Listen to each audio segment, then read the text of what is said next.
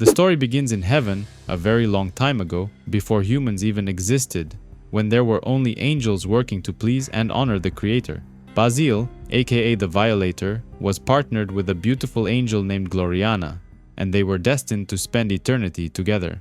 The angels were tasked with creating the universe from the eternal darkness, but Basil doubted the Creator's motives. He visits Morning Star, aka Lucifer, the first angel ever created, who shared his distrust in God. Morning Star calls the Creator a liar, saying he is hiding something horrible from them, but Basil doesn't believe him, so he decides to show him the truth. One day, Lucifer snuck behind God while he was busy working on something. That something was the creation of humans, and the angel felt betrayed, thinking God wanted to replace them. Basil finds it hard to believe, but he agrees to meet later with him and others like them. He couldn't stop himself from fantasizing, believing they mean nothing to God, and they are nothing more than tiny cogs in his greater machine. Gloriana sneaks up behind him and surprises him, but he didn't seem himself. He tells her he started doubting the Creator and she couldn't believe what she was hearing. She blames Lucifer for putting these thoughts in his head, and she wants him to find his faith in the Creator once more. The angels continue their work as usual, making something beautiful out of nothing and bringing life to the universe.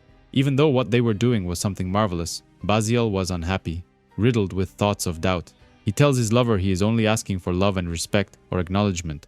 How is that a bad thing? Gloriana says the Creator is love and they need to show their devotion by accomplishing his work. She doesn't want to talk about this anymore and leaves, claiming she needs some time apart before Lucifer's words poison her mind as well. Later, Basil attends a secret meeting and is greeted by the angel Samael, who says they are waiting for him. Lucifer managed to convince other angels to join him and brought them here to show them something. Everything began not too long ago when Basil discovered something incredible. The act of creation creates byproducts, waste to be more precise. But this discarded creation's energy is deceptive. It looks blackened and dead, but inside, it's flowing with power. He gives the other angels a small demonstration. He allows himself to be covered in dark energy, covering his entire body and becoming something else, like an armor teeming with power. Lucifer takes the black energy and gives it to the other angels, asking them to join him. They are all intoxicated with immense power, and they swear their allegiance to the great angel. However, Basil couldn't stop himself from thinking that he's unleashed something horrible and is overwhelmed with doubt once again. Lucifer creates a small army of angels covered in black matter, who are loyal to him and ready to overthrow the Creator. Gloriana visits Basil once again, but the costume attacks her involuntarily, and he fights to regain control over his body. He apologizes, saying he didn't mean to hurt her, but the costume had a mind of its own. Gloriana wanted this to happen. It was the only way to get access to the dark matter, as she was working against Lucifer. Not too long after that, a brutal war erupted in heaven, led by Lucifer and his army of angels, determined to free them from God's tyranny. Creation was a messy process, but destruction was chaos unchained, with plenty of anger and rage on both sides, and Basil blamed himself for everything. Gloriana finds him amidst the chaos and threatens to end him, but he refused to defend himself, claiming he deserves to get punished. With the swift swing of her angelic sword, he was sent into the abyss, falling from heaven into the abyss of darkness. The black energy grew in strength and covered his entire body, causing him great pain. His skin was burned and his wings melted away, removing any trace that he was ever an angel. He fell from the sky and hit the ground with incredible speed, creating a giant explosion. Out of this giant crater that was left behind, something horrible came out. Basil was now dead, and the Violator was reborn in his place, loyal to none but himself. In the year 793 AD, on the Isle of Lindisfarne, aka the Holy Island off the northeastern coast of England, a group of monks were dragging a giant block of ice. They were encouraging themselves to be strong and hurry up, because something was after them and they didn't have much time left. Several Viking ships were approaching the coastline and hundreds of bats were flying towards them. One of the ships was worse than the others, mostly due to the being leading the attack, a giant Viking spawn. He kills one of his prisoner monks and orders his men to row faster because the others were escaping. The monks arrive at the base of an ancient city and open the gates to enter the sewers, dragging the block of ice behind them. Viking spawn jumps towards them, claiming he wants to send all of them to hell for daring to stand against him. He kills one of them just moments before entering the safety of the sewers, while the others hid behind the safety of an iron gate. The hellspawn pulls out his necroplasm sword, claiming that if they don't give him what he came for, he will take his time peeling the flesh from their bones. The monks go deeper inside, using a secret passage to try and lose the creature following them. But the Viking finds them and blasts them using his necroplasmatic sword, asking where is their god to save them. The sewers, however, were like labyrinths, and he didn't know which way they went. The block of ice held an ancient secret. The Violator was frozen inside. But as the ice begins to melt, he quickly regains his consciousness. He remembers being cast out from both heaven and hell and ending up on Earth all alone. Eventually, there was a giant meteor that struck the Earth, engulfing the entire planet in giant fires, but this didn't kill him, and he survived. What followed next was the Ice Age, when the entire planet froze and those that survived the impact were now mostly dead. He handled the fire a lot better than the cold, and while walking a frozen lake, the ice broke and he fell inside. He quickly sank to the bottom and was frozen in ice where he lay dormant for thousands of years. Now he awakes and he remembers everything, demanding to know why the monks brought him here. They wanted him to save them from Viking spawn, and he was curious to see who they were running from. The Hellspawn finds them, and the Violator recognizes him, saying that Lucifer never fights his own fights. Instead, he sends fools to do his dirty work. But Viking spawn didn't come here to fight him. He wants to take him back to Lucifer so he can join his army in the battle with the Creator. He calls God a liar, claiming that even though he gave them free will, they were all branded with sin before they were even born. The Violator remembers why he looks so familiar. He created his armor and weapons, while Lucifer took all the credit. Even though Violator hates God, he hates Lucifer even more, blaming him for planting doubts in his head and casting him out from both heaven and hell. Seeing there is no way to convince him, the Hellspawn viciously attacks him, but the Violator was a lot stronger than he looked. He tries to use his chains to immobilize the demon, but since the Violator created them, they are loyal to him. The demon wraps the chains around the Hellspawn, perforating his skin and immobilizing him. He then pulls in opposite directions, tearing his flesh apart and breaking his body in two. Viking spawn was now dead and the Violator eats his head, saying he tastes delicious. He wants to do the same to the monks, but vows to spare them if they say the real reason why they saved him. One of them comes clean and says that someone ordered them to keep him away from the Viking devil, and then kill his mortal form, sending him to hell where he belongs. The demon agrees to let them live, but one of the monks attacks him, saying he doesn't make deals with demons. He was no match for the mighty Violator, who easily kills him and then rips off his entire skin. He then uses the skin as his own, disguising himself to look somewhat human, returning to the Viking ships. He takes over the armies and orders them to keep rowing, determined to explore the world and see what humanity has been doing all this time. Paris, year 1349 AD. The smell of rotting flesh was only occasionally broken by the smell of piss. Death was everywhere, so were grief and despair. The Violator disguised himself by taking the skin from a nobleman, pretending to be human. A young girl approaches, begging for money, but he just kicks her in the face, calling her stupid. Suddenly, he is surrounded by 5 Hellspawns, and he gets ready for battle. The young girl from earlier is pissed and jumps at him, attacking his face and damaging his skin mask. The demon is infuriated, and he kicks the young girl, sending her flying into the nearby river. Out of nowhere, a group of angels appear as well, instantly attacking Hell's forces. They were led by Gloriana, the former love interest of the Violator, while he was still an angel working for God. She recognizes him and calls him by his angel name, but he rejects that name, claiming he is someone else now. One of the Hellspawns attacks and injures her, so the Violator decides to get involved and help her, grabbing his chains and throwing him into a nearby wall. Before the Hellspawn could recover, the demon attacks him once more, grabbing him by the throat and then ripping his head right off. He doesn't understand why he got involved and realizes that Gloriana would probably end him if she ever got a chance. Even though he was decapitated, the Hellspawn was still alive and uses hellfire to set the demon on fire. Human skin is so flammable, and he needed to escape this mess and gather his thoughts. He jumps into the nearby river while his human skin completely melts away. But he wasn't out of danger just yet because the angels were on his tail. He goes into a nearby sewer, choosing to run away and hide himself in the darkness.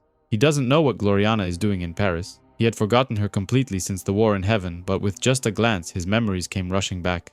He has mixed feelings and wants to find out more, but for the moment, he needs a new skin to disguise himself. He lures one of the town's drunks into the sewer and then kills him on the spot and takes his skin. It wasn't a perfect fit, but for now it would have to do. A small kid runs into him, so he decides to scare him to death, revealing his demon face. Other Hellspawns could sense his presence and follow him to an abandoned warehouse. The Violator ambushes him and rips both of his hands off, demanding to know what they are doing in Paris. Apparently, Lucifer sent them on a mission to stop Heaven's forces, but they have no idea what Heaven is doing here in the first place. Gloriana is leading an Earthside secret mission, and he believes the angels might be here for him. The altercation ruined his human skin once again, so he attacks a woman, trying to find a replacement. He's not used to disguising himself as females, remarking that the female species has so many moving parts. 3 homeless men hit on him and want to know his price for taking all of them at once. He kills one of them, but this ruins his disguise once again, reverting back to his demon form. However, he enjoyed wearing a female disguise and remarks that he needs to try another woman's suit sometime. He gets on top of the buildings to get a better view and sees a nearby cathedral where the angels were gathered. Ever since she saw Basile, Gloriana's been riddled with doubt. Why would the Creator send her on a mission to Paris? How many times must she prove her loyalty, wondering if God will continue this game with her across eternity? Inside, the angels gather together and remark that something was wrong. It's been much too quiet and they should anticipate an attack. They were right, because the candles quickly burn out, leaving the room in complete darkness while the Hellspawns launch an attack. The Violators seen this many times before. The constant war between heaven and hell, and angels and demons are in the middle of everything. Gloriana sees him hiding in the shadows and wants to attack him, but the Hellspawns use this opportunity to catch her off guard and catch her in a trap. Chains emerge from the ground, binding her arms, legs, torso, and even her mouth, preventing her from escaping. The Violator decides to intervene and attacks one of them, instantly decapitating him using a sword. He claims he saved her life and only wants to be left alone in return. He escapes and doesn't want them coming after him. Later, the Violator curses the Creator, remarking that all of this was his way of reminding him what he'd lost when he was cast out of heaven. Russia, 1903. The life of an outcast demon wasn't all glitz and glamour, and the Violator was stealing from dead people, trying to find something valuable. He finds it funny that God can't even look after his own arrogant monuments, laughing at the sight of an abandoned church. However, upon going inside, the place wasn't as abandoned as he first thought. Inside, there was a man surrounded by many women, making love to all of them at the same time. This man was none other than Grigory Rasputin, and his little orgy is interrupted by a group of men armed to the teeth. They accuse him of stealing their women, but he laughs in their faces, calling them impotents. They throw Molotovs at him, burning the women alive, but Rasputin is unaffected. The Violator was enjoying every minute of this, but one of the villagers attacks him from behind. His human mask is ruined once again, which pisses him off, and he instantly kills the man. Rasputin was fighting to stay alive, but the villagers attack him with weapons and even shoot him with guns. The fire overtakes the entire church, causing the rooftop to collapse. When the Violator emerged from the rubble, Rasputin had already been killed and hanged outside. He calls his death a shame but decides to steal his skin, claiming that he's going to make him a legend. The disguise was a perfect fit, and the demon looked more human than he'd ever looked. Many months later, he pretended to be a healer, claiming he had powers to help others. He tried to help a crazy woman, but in fact he only made love to her, remarking that his new body is very good at this. That woman had never been satisfied like this her entire life, and she wanted Rasputin to come back. However, the demon left and wandered the empty streets of a nearby city when he was ambushed by a group of soldiers. They wanted to arrest him for his crimes, but they had no idea what the demon was capable of. Using just his bare fists, he quickly takes out as many of them as he can, leaving nothing but dismembered body parts behind. While they call him a monster, he kills the general with one of their rifles, shooting his brains out. But he wasn't alone. Someone else was watching from the shadows. It was Tsar Nicholas, who wants his help in curing his son, who was extremely sick. The boy had hemophilia, a wretched, monstrous condition that would kill him if left untreated. However, the doctors are unable to help him. Rasputin arrives and gives the boy a sample of his demon blood, which instantly calms him down. He instantly feels better and stops crying, calling out his mother's name. The Tsar was extremely grateful for his help, and the days that followed were filled with carnal pleasures to no end, while he kept the child alive by feeding him demon blood. After this, he and the Tsar quickly became friends and were inseparable, but the priests suspected that something was wrong. They knew that Rasputin is a charlatan and plot against him, trying to expose him and maybe kill him. But the Violator knew what they are up to and watched them from the shadows, choosing to let them conspire against him, confident in his ability to take them out. However, he knew his time here is coming to an end. The pleasures of the flesh, of the wealth and luxury had made him complacent. He isn't human after all. He is the Violator and plans to leave very soon. Tsar Nicholas invites him over for tea, but he wasn't alone. A group of priests were also there. They offer him some tea and he gladly accepts, even though he knows it's some kind of poison. He quickly begins convulsing, accusing abdominal pain and feeling sick, but the priest used this opportunity to attack him. But he was just faking it and decides to show his true form, exposing his demon tongue. He kills the priest one by one, until there was only one left. But instead of surrendering, the old man grabs the Tsar's son and threatens to end him.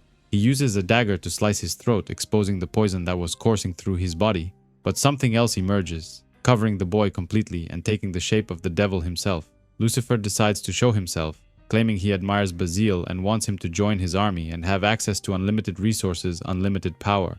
But the Violator rejects his offer, accusing him of betraying him, calling him more pathetic than the Creator. He chooses to stay on Earth and vows to never submit to him. He then grabs the devil, separating him from the young boy, and throws him in the fire, sending him right back to hell. The guards rush inside the room and shoot Rasputin in the back, but he gets away by jumping through one of the windows.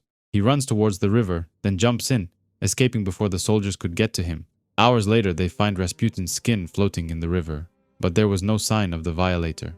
Tsar Nicholas gives a big speech in front of his people, claiming the terror is over and that the evil has been vanquished, even though the Violator was still among them, disguised to look like an old lady.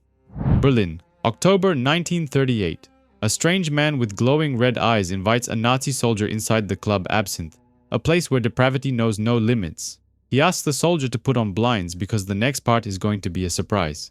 After walking a few more steps, the man removes his blinds, but he is shocked to see 3 decapitated Nazi soldiers sitting in front of him. The person who brought him here is the Violator, disguised to look like a human. He shows his true form, accusing the soldier and his friends of stealing from him. The demon stabs the man in the chest and then rips his heart out, instantly killing him. He makes a joke, remarking that contrary to what everyone believes, Nazis do have hearts. Out of nowhere, Lucifer appears, but the Violator wasn't happy to see him. He came here because he wants to ask him something. Actually, he wants to offer him a position, working as one of Hell's generals. The Violator laughs in his face, claiming he is not interested in working together and wants to leave. This pisses off the devil, who claims he is the anti-creator and doesn't like to be ignored. The Violator changes into his demon form and wants to fight. He's waited thousands of years for this moment. Even though the devil is a god, the Violator is immortal as well, and on Earth they are fairly equal in power. He is surprised to see the devil getting his hands dirty. Usually he gets someone else to do his dirty work for him. Seeing that he can't defeat him, Lucifer snaps his fingers and teleports both of them somewhere else. After the Great War in heaven, the Creator changed things up and gave humans free will, but told them they were born in his debt, born with sin. If they ever disobeyed him, he would punish them, and in their ecstasy for pain, humans manifested a place for their eternal damnation, a place known as Hell. There are 9 spheres of Hell, each representing a different kind of sin, and Lucifer takes him on a journey, explaining what each sphere represents. The lust sphere, where human souls can copulate for eternity, but each time they do, they feel less and less pleasure, and end up chasing a joy they will never feel again. Gluttony, another deadly sin, because humans have a unique talent to find something they enjoy and consume every bit of it until it is gone. God chose the humans over the angels, and when they disobey his rules and commandments, he sends them here, abandoning them to eternal torment. The two of them talk about a famous German painter, and the devil is looking forward to one day making him his top general. The next circle is one of Lucifer's favorites, mostly because he has so much in common with the souls being sent here, the heretics. The next circle is one that the Violator particularly enjoys: violence. The only thing humans love more than self-flagellation is killing another human. The demon enjoys watching them destroy one another almost as much as he enjoys destroying them himself. Next, the devil takes him on a boat ride, paying tribute with one of the 30 pieces of silver that Judas was paid to sell out Christ. He makes his pitch again, asking the Violator to become his top general and lead his army in another great war against the Creator. But the demon refuses once again, telling the devil to go to hell. Lucifer has finally had enough and attacks him, trying to see if an immortal can actually die.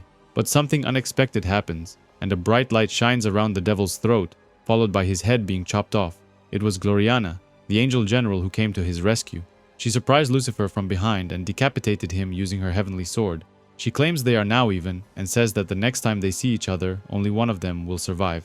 The Violator hates Lucifer even more now, and vows to take the throne of hell for himself. New York City, 1992. The dirty alleys have become the Violator's home, and he spends his time hiding in the darkness and feeding on giant rats. Millions of people, piled atop one another, desperately trying to simply survive, and mostly failing spectacularly. But he loves this city. Humans are the only one of God's creations that kills not for sustenance, not for defense, but because they are bored. The demon's been alive for thousands of years, and he recounts the history of mankind as he was witness to everything. October 1976, David Berkowitz, an infamous serial killer, was cleaning his gun inside his dirty apartment when he hears a dog barking loudly outside. The dog was actually the Violator, who used his powers to influence his mind and turn him into a crazy killer. For as long as God's children have walked the earth, there have been monsters among them, starting with Adam and Eve. Influenced by Lucifer, they broke one of God's only rules, and he punished them, sending them to live a hard life on earth and eventually die of old age. The clown has seen it all, from the ruthless emperors of the Far East and their impressive body counts, to humans using disease as a weapon of war. As humanity evolved technologically, so did their bloodlust and capacity for perversion, death camps and genocide, culminating with the creation of the atomic bomb. What followed next was the American dream, but it was all just window dressing, barely concealing a malignant rot that was consuming humans from within. People are obsessed with violence. They love fear and watching others suffer. They've literally made it an art form. The clown walks the streets, disguised to look like one of them, but someone recognizes him. Gloriana, his former angel lover, spots him and decides to follow him, looking to keep her promise and kill him. But he easily disappears into the millions of people that walk the streets every day. The Violator knew she was following him and he wants to give her a show, changing into his demon form. He then grabs a nearby truck and lifts it above his head, remarking that Gloriana is nothing more than a pawn of the Creator, just like he was a pawn for Lucifer. He throws the truck straight into a gas station, causing a massive explosion and killing many people. The history lesson continues, recounting dozens of lunatics, sadists, and butchers, including Jack the Ripper, Emperor Caligula, and even Lady Bathory. The US is one of the most violent countries in the world, plagued with dozens of mass murders across all the states. In the giant sea of mass murderers, one of them stood out the most, John Wayne Gacy, aka the Killer Clown. This one impressed the Violator so much that he decides to steal his persona. But let's just keep that between ourselves. Gloriana could smell him and goes searching for him, digging through the dark and dirty alleys. He jumps out of nowhere and hits her with a rocket launcher which sends her flying straight into a nearby garbage bin. The clown gets on top of her and licks her face, remarking that her biggest weakness is that she plays by the rules. He then picks up a crowbar and starts hitting her senselessly, wondering what flavor her insides are. He thought about letting her live, but that ship has sailed a long time ago, and now he wants to end her for good. However, she has some fighting left in her still and gets up, poking the clown's eyes out and lifting him into the air. He enlarges his hand and attacks her, stabbing her body and forcing her to let him go. They drop from the sky at an alarming speed, hitting the nearby river, but the demon has experience with falling from heaven, so he survives.